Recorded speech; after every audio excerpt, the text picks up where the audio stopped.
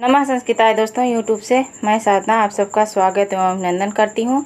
कैसे हैं दोस्तों आप लोग? आशा करती हूँ कि स्वस्थ व्यस्त मस्त होंगे, अपना और परिवार का ख्याल रख रहे होंगे दोस्तों। इसी आशा और विश्वास के साथ दोस्तों आइए आज का पाठ शुरू करते हैं। आज हम लोग फिर से महाकवि कालिदास द्वारा रचित मेघदूतम खंड काव्य लेके हाजिर हुए हैं। जैसा कि सभी को पता है कि मेघदूतम में आज कल हम लोग प्रश्नोत्तरी का अध्ययन कर रहे हैं, प्रश्नोत्तर का। तो ये प्रश्नोत्तरी का हमारा तीसरा भाग है और 50 प्रश्नों का यानी 25-25 प्रश्नों का हम लोगों ने 2 भागों में अध्ययन कर लिया है। 100 प्रश्नों का हमें अध्ययन करना है। तो आज हम लोग 50 प्रश्न के आगे 51 नंबर प्रश्न से अध्ययन करेंगे और ये ऐसे प्रश्न हैं जो सभी प्रतियोगी परीक्षा में पूछे ही जाते हैं और पूछे गए हैं, आगे पूछे जाने की संभावना है। इससे आगे एक ही ग्रंथ से 100 क्वेश्चन 200 क्वेश्चन जब बन जाते हैं तो उसमें से कहीं अलग से पढ़ने की या कहीं अलग से जो है क्वेश्चन बनाने की या ढूंढने की आवश्यकता नहीं रहती है। तो जो है आइए हम लोग अपने इस पाठ की शुरुआत करते हैं और बिना देरी किए आज हम लोग अपने पाठ की यहाँ से 51 नंबर क्वेश्चन से शुरुआत करते हैं। 51 नंबर क्वेश्चन कह रहा है कि यक्ष के शाप की समाप्ति किस दिन होगी? यक्ष के शाप की समाप्ति किस दिन होगी? क्या कार्तिक देवोत्थान एकादशी की होगी या हरिशयनी एकादशी की होगी या माघ शुक्ल सप्तमी की होगी, आषाढ़ कृष्ण प्रतिपदा को होगी, कब होगी? तो यहाँ पे जैसे कि पता है, सभी को पता है कि जो है मेघदूत को यहाँ जो है हरिशयनी एकादशी को श्राप मिला था। क्या मिला था? शाप मिला था दोस्तों।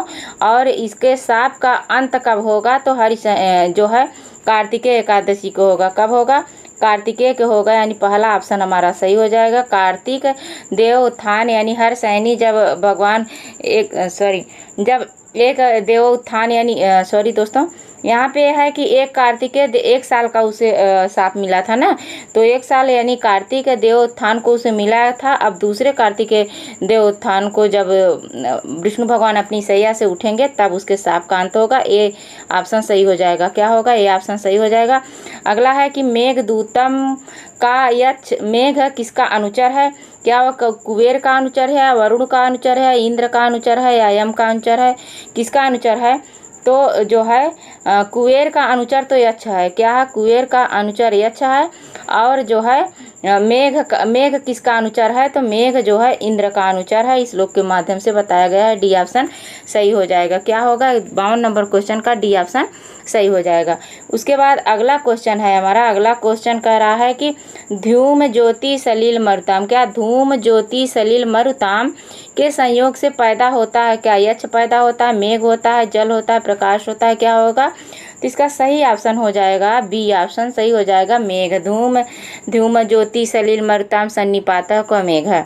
तो इस श्लोक के माध्यम से शायद 6वां या 5वां श्लोक संख्या है, तो वहाँ से लिया गया है।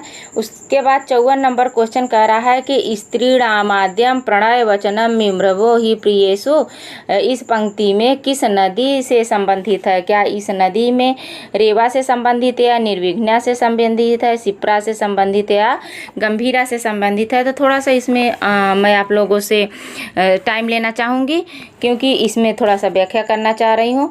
तो सबसे पहले हम देखते हैं कि जो है हमारा सही ऑप्शन क्या हो जाएगा, सही उत्तर क्या होगा। तो इसका सही उत्तर हो जाएगा 54 नंबर क्वेश्चन का बी ऑप्शन सही हो जाएगा। निर्विघ्ना नदी सही हो जाएगी। ये स्त्रीणामाद्यम प्रणय वचनम मिभ्रमो ही प्रियेषु, यह निर्विघ्ना नदी के लिए कहा गया है, निर्विंध्या नदी के लिए। उसके बाद देख लेते हैं कि रेवा नदी के लिए कहा गया है। तो रेवा नदी जो है इसके लिए कहा गया है रेवाम द्रक्षस्यु उपलब्धम विस्मे विंध्यापादे विशीर्णा भक्ति छेदयु विरिचिताम भूति मंगो। अब सब यानी विंध्या की तलहटी में फैली हुई नर्मदा नदी को हाथी के शरीर पर चित्रकारी की रेखाओं के प्रकारों से बनाई गई श्रृंगार रेखा को आप देखोगे। किसको कह रहा है? यक्ष मेघ से कह रहा है। उसके बाद दूसरा है कि शिप्रा नदी के बारे में कहा गया है। इसकी सुक्ति है शिप्रा अवातः प्रियतम इव प्रार्थना ना चाटुकारा, अर्थात जो है शिप्रा नदी पवन की रति याचनाओं से मीठे वचन बोलने वाली प्रियतम के समान स्त्रियों के संभोग की थकान को दूर करने वाली है। कौन? शिप्रा नदी। उसके बाद आता है कि गंभीरा नदी। तो गंभीरा नदी के बारे में कहा गया है, गंभीरा नदी की जो सूक्ति है वह है ज्ञाता स्वादो विपरीत जग नाम को बिहर तुम समर्था, यानी भोग विलास के स्वाद को जान लेने वाला कौन पुरुष उगड़ी हुई जांघों वाली कामिनी को छोड़ेगा। अर्थात गंभीरा नदी को नायिका के रूप में प्रदर्शित किया गया है। तो इसे थोड़ा सा हमें बताना था तो बता दिए। अगला क्वेश्चन है 55 नंबर का रहा है, मेघदूत के अनुसार उज्जैनी में किसका सुप्रसिद्ध मंदिर है? क्या श्री कृष्ण का है, उदयन का है, यक्ष का है या महाकाल का है? तो सही ऑप्शन हमारा हो जाएगा डी, महाकाल का उज्जैनी में सुप्रसिद्ध मंदिर है। यक्ष का स्थान जो है पहले वो अलकापुरी में रहता था, शाप के कारण रामगिरी पर्वत में रहता है। श्री कृष्ण द्वारिका में रहते हैं। उदयन जो है वो भी उज्जैनी का राजा है, विदिशा का राजा है, उज्जैनी का राजा तो प्रद्योत को माना गया है। उसके बाद 56 नंबर क्वेश्चन है, ज्ञाता स्वादो विपरीत जघाम को बिहार तुम समर्थ, यह किस नदी के बारे में कहा गया है? तो अभी अभी हमने बताया है कि जो है यह कहा गया है गंभीरा नदी के बारे में कहा गया, इसके नायिका के रूप में प्रदर्शित किया गया। निर्विघ्ना और शिप्रा रेवा के बारे में हमने बता दिया है, बार बार बताने से टाइम खराब होगा। तो इससे उसके बाद आइए 57 नंबर क्वेश्चन देखते हैं। 57 नंबर क्वेश्चन कर रहा है, अंतः शुद्ध स्वम अपि भविता वर्ण मात्रेण श्री कृष्ण है।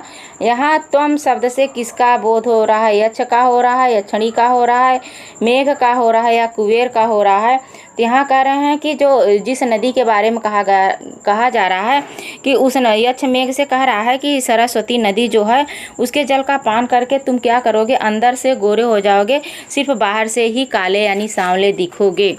तो इस जो है यह क्या है कि किस नदी के किसके लिए कहा गया है? किसके लिए कहा गया है? तो यह मेघ के लिए कहा गया है, यानी त्वाम शब्द मेघ के लिए आया है कि तुम अंदर से शुद्ध हो जाओगे, गोरे हो जाओगे, बाहर से ही कृष्ण यानी काले रहोगे। उसके बाद 58 नंबर क्वेश्चन कर रहा है, सगर तनय स्वर्ग सोपान पंक्तिम इदम कस्याह नद्या विशेषणम अस्ति। इस किस नदी का विशेषण बताया जा रहा है? क्या रेवायाह नदी का, जहनुम कन्या यानी गंगाम नदी का, गंभीरायाह या जमुनायाह, किस नदी का कह रहा है? तो यहाँ 58 नंबर, सगर के पुत्रों के लिए स्वर्ग से कौन नदी लाई गई थी? तो सभी को इसकी कहानी पता है कि सगर के जो पुत्र थे वो उनको जो किसी ऋषियों ने बांध लिया था, उसे छुड़ाने के लिए जो है क्या थी? जहन्नुम कन्या यानी कन्या गंगा को स्वर्ग से नीचे लाए थे। तो यह जो है गंगा के लिए प्रयोग किया गया है, गंगा के लिए आया है, यह विशेषण गंगा नदी का है। तो सही ऑप्शन हमारा बी हो जाएगा। उसके बाद अगला है कि 59 नंबर क्वेश्चन है। 59 नंबर क्वेश्चन कह रहा है, सोपानत्यम कुरु मणितटारोहणायाग्रयायी, और इसमें मेघ को सोपानत्वम किसके आरोहण के लिए कहा गया है? तो इस 59 नंबर में है कि मड़ियों के तट पर चढ़ने के लिए तुम सीढ़ी का काम करोगे। यक्ष मेघ से कह रहा है कि तुम सीढ़ी का काम करोगे। मड़ियों का जो तट है, मड़ियों का जो पहाड़ है जिसपे शिव और पार्वती रहते हैं, वहाँ तुम जो है पार्वती को चढ़ने में जो असुविधाएं प्रदान होगी तो उसमें तुम क्या करोगे कि सीढ़ी का काम करोगे, इसलिए तुम्हें वहाँ जाना है। तो इसमें सही ऑप्शन क्या हो जाएगा? क्या रति या कामदेव के लिए, या शिव पार्वती के लिए, लक्ष्मी नारायण के लिए, यक्ष और यक्षिणी के लिए? तो सही हो जाएगा कि ये कैलाश पर्वत पे जो मड़ियों का पर्वत है उस पे शिव और पार्वती निवास करते हैं। शिव पार्वती को चढ़ने के लिए जो है तुम सीढ़ी का काम करोगे। मेघ कैसे करोगे? जब पानी बरसोगे तो जो तुम्हारा पानी है वो बर्फ़ के रूप में परिणित हो जाएगा, तो उस कठोर बन जाएगा, तो उससे सहारा लेके पार्वती कैलाश पर्वत पे चढ़ जाएंगी, उन्हें कोई परेशानी नहीं होगी। 60 नंबर क्वेश्चन कर रहा है कि कालिदास के अनुसार यक्षों की एकमात्र अवस्था होती है, क्या होती है? शैशवावस्थी होती है, जरावस्था होती है, कौमारावस्था या यौनावस्था क्या होती है?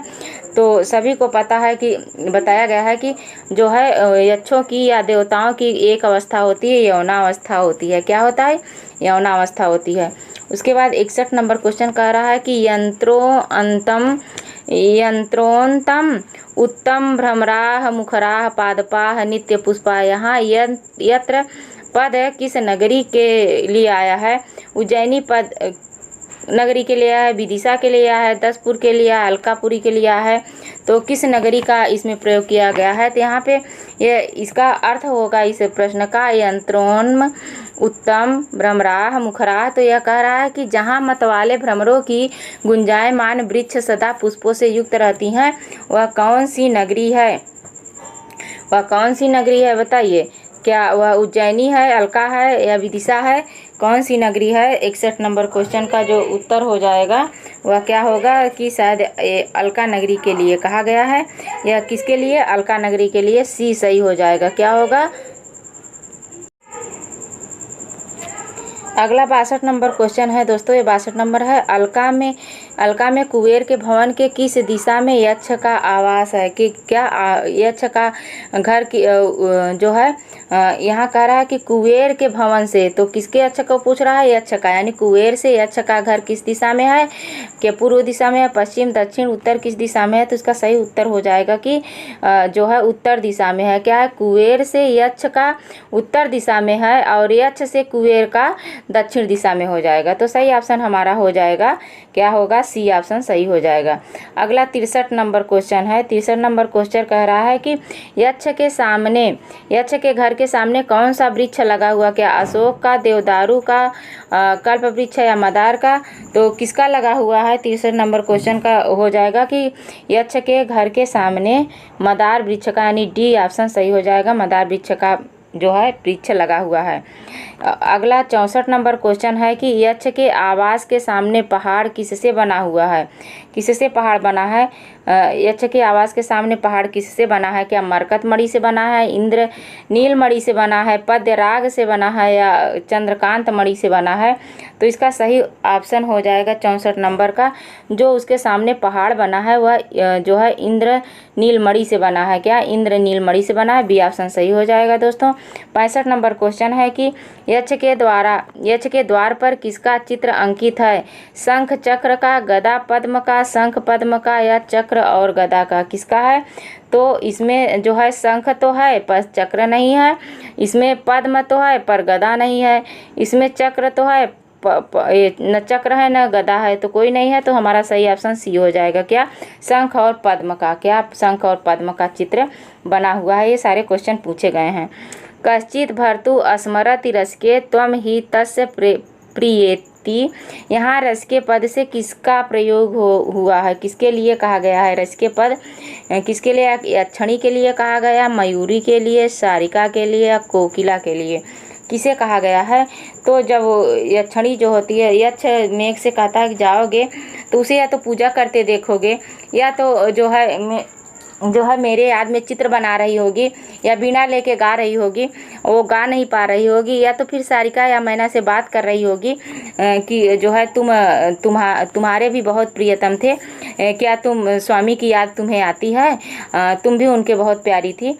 तो किससे बात कर रही थी यक्षिणी? सारिका से। तो सही ऑप्शन हो जाएगा सारिका से। उसके बाद 67 नंबर क्वेश्चन है कि भूयो भूयः। क्या? भूयो भूयः स्वयं अपकृताः मूर्छना विस्मरन्ति। यह पंक्ति किस वाद्य यंत्र के लिए आया है? तो अभी बताया कि बीणा बजा रही होगी, बीणा, पद्यावत, बांसुरी या दंदुभी। तो वह जो है बीणा बजा रही थी। क्या? बीणा बजा रही थी। बीणा बजाते हुए बार बार जो स्वयं से रचना की हुई थी विरह अवस्था में अपने पति की यानी यक्ष की याद में जो कहना चाह रही थी, वह जो बनाई गई थी स्वरों से जो उतार चढ़ाव हुआ सो क्या हो जाती थी? मूर्छना के कारण भूल सी जाती थी, मतलब कह नहीं पाती थी। अगला क्वेश्चन है 68 नंबर की यक्षों का निवास स्थान कहाँ है? रामगिरी में है या हिमालय में है, उज्जैनी में है, अलका में है? तो इसका सही ऑप्शन हो जाएगा कि जब इसे सांप मिला था तो कहाँ था? रामगिरी पर्वत पे था, और जब सांप नहीं मिला था तो कहाँ था? अलका था। तो यक्षों का निवास स्थान पूछ रहा तो यानी खाली यक्ष का नहीं पूछ रहा है, तो ये क्या हो जाएगा? सही ऑप्शन अलकापुरी हो जाएगा। क्या हो जाएगा? अलकापुरी में, यानी अलकापुरी में यक्षों का निवास स्थान है। उसके बाद अगला क्वेश्चन है कि मेघदूत में यक्ष का स्वामी कौन है? शंकर, कुबेर, इंद्र, यम कौन है? तो सबको पता है, इसका सही ऑप्शन सी हो जाएगा। कुबेर यक्ष का स्वामी है। 77 नंबर क्वेश्चन है कि रिक्तः सर्वो भवति ही लघु पूर्तया गौरवाय। यह पंक्ति यक्ष किसके लिए कह रहा है? क्या यक्षिणी के लिए कह रहा है, मेघ के लिए कह रहा है, कुबेर के लिए, अलकापुरी के लिए, किसके लिए कह रहा है? तो रिक्तः सर्वे भवति ही लघु पूर्तया गौरवाय। यक्ष जो है इसका अर्थ हो जाएगा कि जो यक्ष है वह जो है मेघ से कह रहा है कि क्या करोगे, जो लोग भारी होते हैं उन्हें भारीपन का एहसास होता है, पूर्ण गौरवाय का महसूस करते हैं, और जो खाली होते हैं उन्हें लघुता आती है, यानी हल्कापन का प्रयोग होता है। इसलिए हे मेघ, तुम जो है नदियों का जलपान करते हुए जाना, नहीं तो हवा तुम्हें उड़ा देगी। तो यह किसके लिए कहा गया है? मेघ के लिए। बी ऑप्शन सही हो जाएगा, मेघ के लिए कहा गया है। उसके बाद 71 नंबर क्वेश्चन है कि तस्योत्संगे प्रणयीन इव अस्त गंगा दुकूलाम। इस पंक्ति में किसका वर्णन किया गया है? किसका वर्णन किया गया है? गंगा का, यक्षिणी का, उज्जैनी का या अलका का? तो 71 नंबर क्वेश्चन में सही ऑप्शन हो जाएगा ये दुकूलाम शब्द से पकड़ में आता है कि तस्यो उत्संगे प्रणयीन अस्त, यानी गंगा के दूध के समान जो चमकने वाली वो नगरी है, कौन है? अलका नगरी है। क्या है? अलका नगरी है। उसके बाद 72 नंबर क्वेश्चन है, इसमें कह रहा है कि उसकी गोद में, किसके? गंगा के, उसके गोद में खिसके हुए गंगा के समान, यानी खिसके हुए गंगा के समान श्वेत दुपट्टे वाली अलका नगरी को तुम देखोगे अगर यहाँ से जाओगे तो। उसके बाद 72 नंबर क्वेश्चन है कि गर्जितैः अभार्यस्ताः, यहाँ अभाये में लकार कौन सा है? कौन सा लकार है? लीट लकार या लुंग लकार, विधिलिंग लकार या लोट लकार? तो अभाये में कौन सा लकार है? इसमें 72 नंबर क्वेश्चन का सही ऑप्शन हो जाएगा होगा कि विधिलिंग लकार है। कौन सा विधिलिंग लकार? सी ऑप्शन सही हो जाएगा। क्या सी ऑप्शन सही हो जाएगा? उसके बाद अगला क्वेश्चन है कि नेष्यन्ति त्वां सरयू युवतयोः यंत्रधारा गृहत्वम। यहाँ त्वाम शब्द पद से किसका संकेत हो रहा है? मेघ का, यक्ष का, कुबेर का या इंद्र का? तो जो यक्ष है वो तो कहने वाला है, हमेशा जिससे कह रहा है, किससे? मेघ से कह रहा है। तो त्वाम शब्द यानी इसका अर्थ हो जाएगा कि देवताओं के कंगनों के नोक से, यानी देवांगनाएं, देव की अंगनाएं, देव की स्त्रियां जो थी, तो देवांगनाओं के कंगनों के नोक से फव्वारे के रूप में तुम्हें फव्वारा बना डालेंगी। कौन? जो है वहाँ कैलाश पर्वत की जो देवांगनाएं हैं, इसीलिए संभल के रहना। तो ये त्वाम शब्द किसके लिए आया है? तो सही ऑप्शन हो जाएगा ये मेघ के लिए आया है। अगला क्वेश्चन है कि कैलाश की चोटी पर जब मेघ पहुंचेगा तो कैलाश पर्वत की शोभा किसकी तरह हो जाएगी? कृष्ण की तरह हो जाएगी, बलराम की, या नारद की, या काले मेघ की? तो किस तरह हो जाएगी? जब कैलाश मेघ कैसा रहता है? काला रहता है। पर्वत कैसा है? सफ़ेद है। तो जब जाओगे वहाँ तो तुम भी सफ़ेद हो जाओगे। कैसे हो जाओगे? बलराम की तरह। यहाँ सही ऑप्शन हो जाएगा बलराम। क्या हो जाएगा? बलराम की उपमा दी गई है, तुम भी बलराम की तरह हो जाओगे। अगला और 75 नंबर क्वेश्चन, अंतिम क्वेश्चन है, प्रालेयांद्री पद का क्या अर्थ है? क्या कैलाश पर्वत है, हिमालय पर्वत है, विंध्य पर्वत है, आम्रकूट पर्वत है? क्या होगा इसका सही ऑप्शन? प्रालेयांद्री शब्द का जो अर्थ होगा वो हिमालय, प्रालेयांद्री यानी आर्द्र जो पर्वत के लिए आते हैं, प्राले यानी हिमालय, बर्फ वाला जो पर्वत होता है वो कौन सा होता है? तो हिमालय पर्वत ही है। तो ये रहा 75 क्वेश्चन, यानी 25 क्वेश्चनों की श्रृंखला, तीसरा वीडियो था। और जो 2 वीडियो को ना देखे हो दोस्तों, तो जो साथी हमारे, तो उसका जो है डिस्क्रिप्शन बॉक्स में है, जाके देख लें। यूट्यूब पर भी पड़ा हुआ है। और जो हमारे नए साथी हो, चैनल को सब्सक्राइब नहीं किए हो तो सब्सक्राइब करें, हमारा उत्साह बढ़ाइए। और जो है जो भी कमियां हो उसे कमेंट बॉक्स में ज़रूर बताएं। नमः संस्कृताय दोस्तों, धन्यवाद।